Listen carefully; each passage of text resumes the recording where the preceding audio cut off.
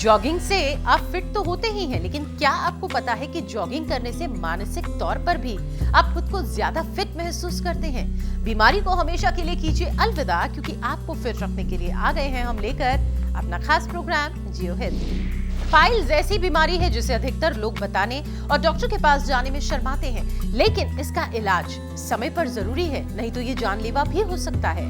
Piles एक खतरनाक बीमारी है और रोजमर्रा के जीवन में काफी मुश्किलें पैदा कर सकती है।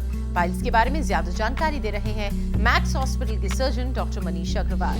पाइल्स हिंदुस्तान में क्या पूरी दुनिया में ही बहुत ही कॉमन बीमारी है और पाइल्स का जनरल मतलब होता है लैट्रिन करते समय लैट्रिन के साथ खून आना और लेटर स्टेज में दर्द भी होता है इस पाइल्स में। हिंदुस्तान में तो हर आदमी पाइल्स से बड़ा ही वाकिफ़ होता है। लैट्रिन में खून आना बहुत ही कॉमन सिम्टम है।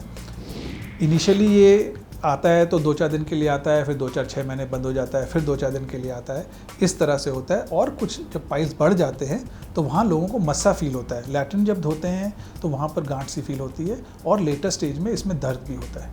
कई बार इतना दर्द होता है कि पेशेंट को आके हॉस्पिटल में एडमिट भी होना पड़ता है। पाइल्स के साथ ब्लीडिंग कॉमन है।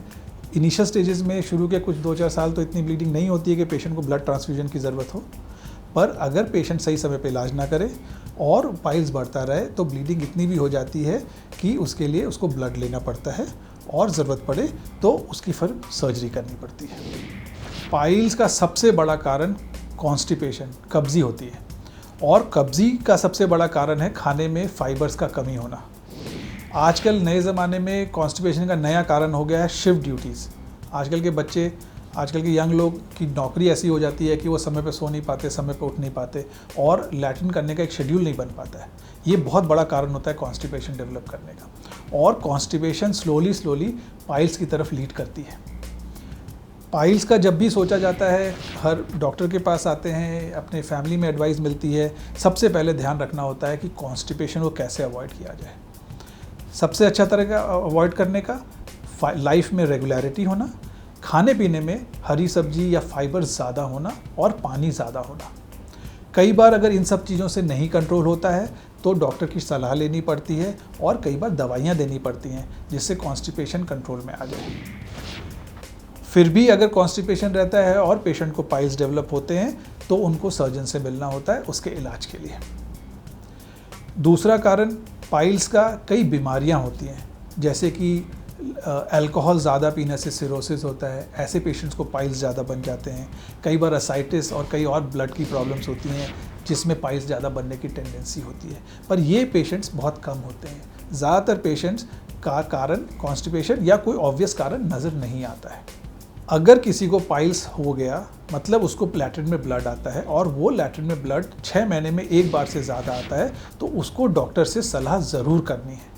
इसको नेग्लेक्ट ना करें, क्योंकि काफ़ी लोगों को ये ब्लड बिना पेन के होता है और उनकी टेंडेंसी होती है शर्म के कारण डॉक्टर के पास ना जाना, पर इससे आगे जाके फिर बहुत नुकसान होता है। अभी तक आपने देखा कि क्यों और किन्हें होती है पाइल्स की बीमारी। आगे देखिए इस बीमारी से बचने के उपाय। पाइल्स से बचने के लिए सबसे पहले कॉन्स्टिपेशन अवॉइड करना सबसे ज़रूरी है।